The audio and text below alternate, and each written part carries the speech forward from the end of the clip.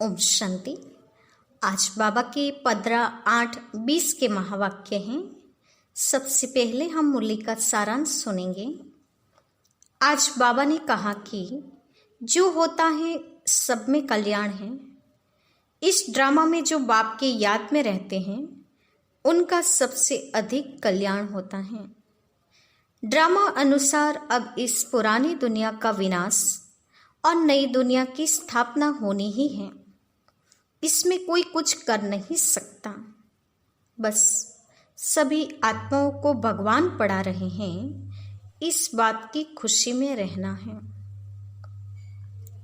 अभी संगम युग में सच्चा सच्चा भागवत चल रहा है। एक ज्ञान सागर के ज्ञान से ही सद्गति होती है। यह ज्ञान लेकर प्रारब्ध प्राप्त करेंगे, फिर ज्ञान की दरकार नहीं रहती। बाबा हमारा बाप भी हैं, हमें पढ़ाते भी हैं और हमें साथ भी ले जाएंगे। तो अपने को आत्मा समझ परमात्मा से ऐसी ऐसी बातें करनी हैं। नशा ये रखना है कि हम गोपी वल्लभ की गोपियां हैं। बाबा ने बताया कि अब तक जो पढ़े हो वह सब भूलकर मैं जो पढ़ाता हूँ वही पढ़ो।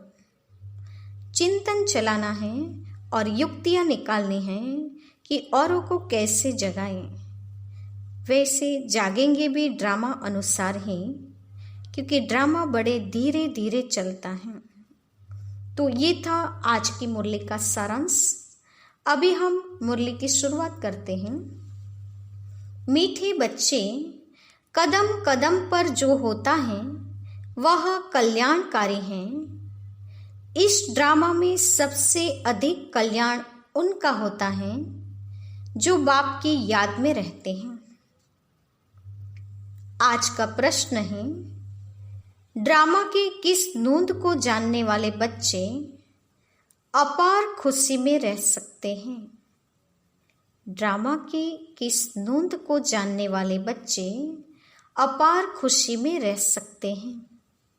उत्तर, जो जानते हैं कि ड्रामा अनुसार अब इस पुरानी दुनिया का विनाश होगा, नेचुरल कैलेमिटीज भी होगी, लेकिन हमारी राजधानी तो स्थापन होनी ही है। इसमें कोई कुछ नहीं कर सकता। बल अवस्थाएं नीचे ऊपर होती रहेगी। कभी बहुत उमंग, कभी ठंडे ठार हो जाएंगे। इसमें मूंझना नहीं है। सभी आत्माओं का बाप भगवान हमको पढ़ा रहे हैं, इस खुशी में रहना है। आज का गीत है, महफिल में जल उठी समा परवानों के लिए। ओम शांति। मीठे मीठे नंबरवार पुरुषार्थ अनुसार चैतन्य परवानों को बाबा याद प्यार दे रहे हैं। तुम सब हो चैतन्य परवाने। बाप को समा भी कहते हैं, परंतु उनको जानते बिल्कुल नहीं हैं। समा कोई बड़ी नहीं, एक बिंदी है। किसकी भी बुद्धि में नहीं होगा कि हम आत्मा बिंदी हैं। हमारी आत्मा में सारा पार्ट है। आत्मा और परमात्मा का नॉलेज और किसकी बुद्धि में नहीं है। तुम बच्चों को ही बाप ने आकर समझाया है, आत्मा का रियलाइजेशन दिया है। आगे यह पता नहीं था कि आत्मा क्या है, परमात्मा क्या है। इसलिए देह अभिमान के कारण बच्चों में मोह भी है, विकार भी बहुत है। भारत कितना ऊंच था, विकार का नाम भी नहीं था। वह था वाइसलेस भारत, अभी है विश्वस भारत। कोई भी मनुष्य ऐसे नहीं कहेंगे जैसे बाप समझाते हैं। आज से 5000 वर्ष पहले हमने इनको शिवालय बनाया था। मैंने ही शिवालय स्थापन किया था। कैसे, सो भी तुम अभी समझ रहे हो। तुम जानते हो कदम कदम पर जो होता है वह कल्याणकारी ही है। एक एक दिन जास्ती कल्याणकारी उनका है जो बाप को अच्छी रीति याद कर अपना भी कल्याण करते रहते हैं। यह है ही कल्याणकारी पुरुषोत्तम बनने का युग। बाप की कितनी महिमा है। तुम जानते हो अभी सच्चा सच्चा भागवत चल रहा है। द्वापर में जब भक्ति मार्ग शुरू होता है तो पहले पहले तुम भी हीरो का लिंग बनाकर पूजा करते हो। अभी तुमको स्मृति आई है। हम जब पुजारी बने थे तब मंदिर बनाए थे, हीरे माणिक का बनाते थे। वह चित्र तो अभी मिल न सके। यहाँ तो यह लोग चांदी आदि का बनाकर पूजा करते हैं। ऐसे पुजारियों का भी मान देखो कितना है। शिव की पूजा तो सब करते हैं, लेकिन अव्यभिचारी पूजा तो है नहीं।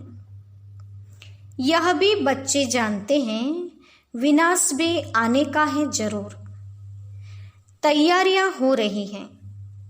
नेचुरल कैलेमिटीज की भी ड्रामा में नोंद है।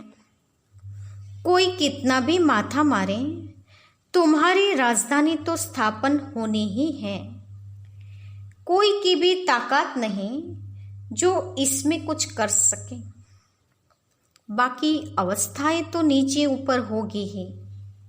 यह है बहुत बड़ी कमाई। कभी तुम बहुत खुशी में अच्छे ख्यालात में रहेंगे तो कभी ठंडे पड़ जाएंगे। यात्रा में भी नीचे ऊपर होते हैं, इसमें भी ऐसे होता है। कभी तो सुबह को उठ बाप को याद करने से बहुत खुशी होती है। ओहो, बाबा हमको पढ़ा रहे हैं। वंडर है ना। सभी आत्माओं का बाप भगवान हमको पढ़ा रहे हैं। उन्होंने फिर कृष्ण को भगवान समझ लिया है। सारी दुनिया में गीता का मान बहुत है, क्योंकि भगवानोवाच है ना। परंतु यह किसको पता नहीं है कि भगवान किसको कहा जाता है। बल कितनी भी पोजीशन वाले बड़े बड़े विद्वान पंडित आदि हैं, कहते भी हैं गॉडफादर को याद करते हैं, परंतु वह कब आया, क्या आकर किया, ये सब भूल गए हैं। बाप सब बातें समझाते रहते हैं। ड्रामा में यह सब नोंद है। यह रावण राज्य फिर भी होगा और हमको आना पड़ेगा। रावण ही तुमको अज्ञान की घोर अंधियारे में सुला देते हैं। ज्ञान तो सिर्फ एक ज्ञान सागर ही बतलाते हैं जिससे सद्गति होती है। सिवाय बाप के और कोई सद्गति कर न सके। सर्व का सद्गति दाता एक है। गीता का ज्ञान जो बाप ने सुनाया था वह फिर प्रायः लोप हो गया। ऐसे नहीं, यह ज्ञान कोई परंपरा चला आता है। औरों के कुरान बाइबल आदि चले आते हैं, विनाश नहीं हो जाते। तुमको तो जो ज्ञान अभी मैं देता हूँ, इनका कोई शास्त्र बनता नहीं है जो परंपरा अनादि हो जाए। यह भी तुम लिखते हो फिर खत्म कर देते हो। यह तो सब नेचुरल जलकर खत्म हो जाएंगे। बाप ने कल पहले भी कहा था, अभी भी तुमको कह रहे हैं। यह ज्ञान तुमको मिलता है, फिर प्रारब्ध जाकर पाते हो, फिर इस ज्ञान की दरकार नहीं रहती। भक्ति मार्ग में सब शास्त्र हैं। बाबा तुमको कोई गीता पढ़कर नहीं सुनाते, वह तो राजयोग की शिक्षा देते हैं, जिसका फिर भक्ति मार्ग में शास्त्र बनाते हैं तो अगड़म बगड़म कर देते हैं। तो तुम्हारी मूल बात है कि गीता का ज्ञान किसने दिया? उनका नाम बदली कर दिया है, और कोई के भी नाम बदली नहीं हुए हैं। सबके मुख्य धर्म शास्त्र है ना। इसमें मुख्य है डेटिज्म, इस्लामिज्म, बुद्धिज्म। बल करके कोई कहते हैं कि पहले बुद्धिज्म है, पीछे इस्लामिज्म। बोलो, इन बातों से गीता का कोई ताल्लुक नहीं है। हमारा तो काम है बाप से वर्षा लेने का। बाप कितना अच्छी रीति समझाते हैं। यह है बड़ा झाड़, अच्छा है, जैसे फ्लावर वाज हैं, 3 ट्यूब्स निकलती हैं। कितना अच्छी समझ से बनाया हुआ झाड़ है। कोई भी झट समझ जाएंगे कि हम किस धर्म के हैं, हमारा धर्म किसने स्थापन किया। यह दयानंद, अरविंद घोष आदि तो अभी होकर गए हैं। वो लोग भी योग आदि सिखलाते हैं। है सब भक्ति, ज्ञान का तो नाम निशान नहीं। कितने बड़े बड़े टाइटल मिलते हैं। यह भी सब ड्रामा में नूंद है। फिर भी होगा 5000 वर्ष बाद। शुरू से लेकर यह चक्र कैसे चला है, फिर कैसे रिपीट होता रहता है, तुम जानते हो। अभी का प्रेजेंट फिर पास्ट हो फ्यूचर हो जाएगा। पास्ट प्रेजेंट फ्यूचर, जो पास्ट हो जाता है वह फिर फ्यूचर होता है। इस समय तुमको नॉलेज मिलती है, फिर तुम राजाई लेते हो। इन देवताओं का राज्य था ना, उस समय और कोई का राज्य नहीं था। यह भी एक कहानी मिशल बताओ, बड़ी सुंदर कहानी बन जाएगी। लॉन्ग लॉन्ग 5000 वर्ष पहले यह भारत सतयुग था। कोई धर्म नहीं था, सिर्फ देवी देवताओं का ही राज्य था। उनको सूर्यवंशी राज्य कहा जाता था। लक्ष्मी नारायण का राज्य चला 1250 वर्ष। फिर उन्होंने राज्य दिया दूसरे भाइयों क्षत्रियों को, फिर उनका राज्य चला। तुम समझा सकते हो कि बाप ने आकर पढ़ाया था। जो अच्छी रीति पढ़े वह सूर्यवंशी बने, जो फेल हुए उनका नाम क्षत्रिय पड़ा। बाकी लड़ाई आदि की बात नहीं है। बाबा कहते हैं, बच्चे तुम मुझे याद करो तो तुम्हारे विकर्म विनाश हो जाएंगे। तुम्हें विकारों पर जीत पानी है। बाप ने ऑर्डिनेंस निकाला है, जो काम पर जीत पाएंगे वही जगत जीत बनेंगे। पीछे आधा कल्प बाद फिर वाम मार्ग में गिरते हैं। उन्हों के भी चित्र हैं, सकल देवताओं की बनी हुई हैं। राम राज्य और रावण राज्य आधा आधा है। उनकी कहानी बैठ बनानी चाहिए।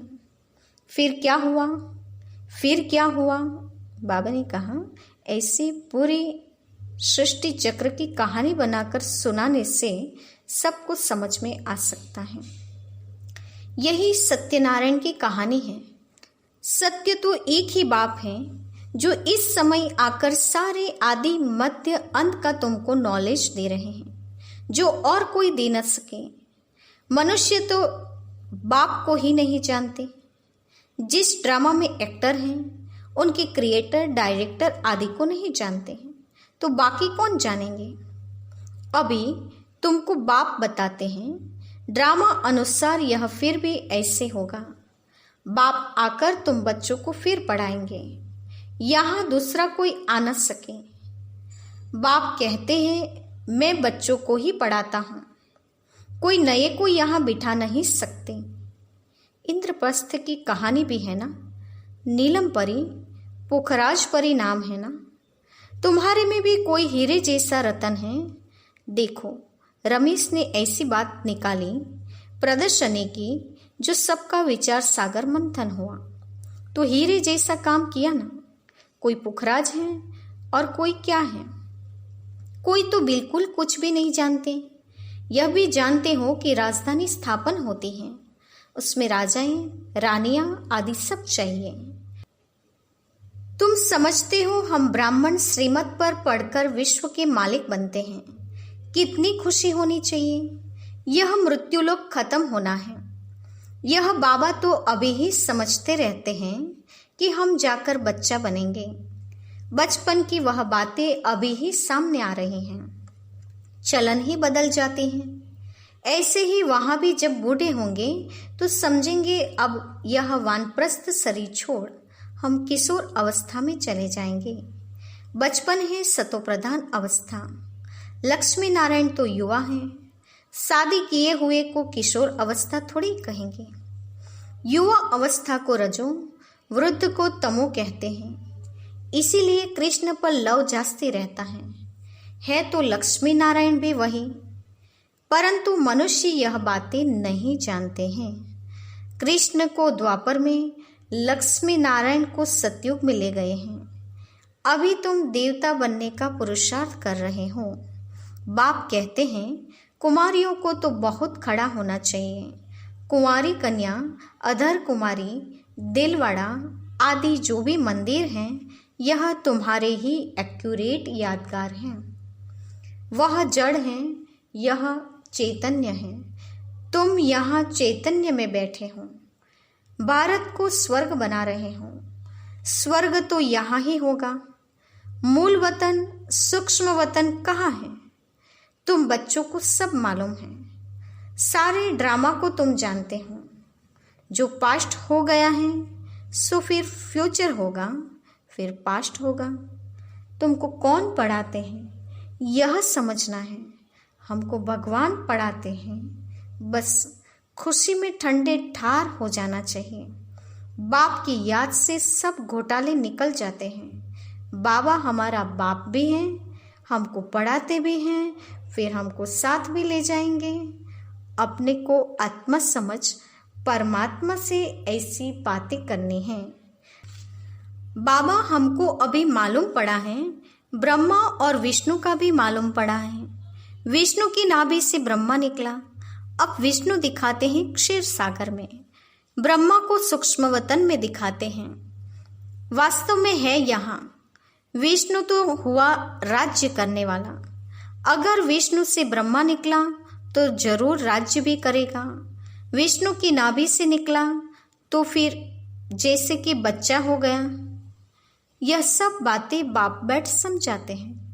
ब्रह्मा ही 84 जन्म पूरे कर अब फिर विष्णुपुरी के मालिक बनते हैं। यह बातें भी कोई पूरी रीति समझते नहीं हैं।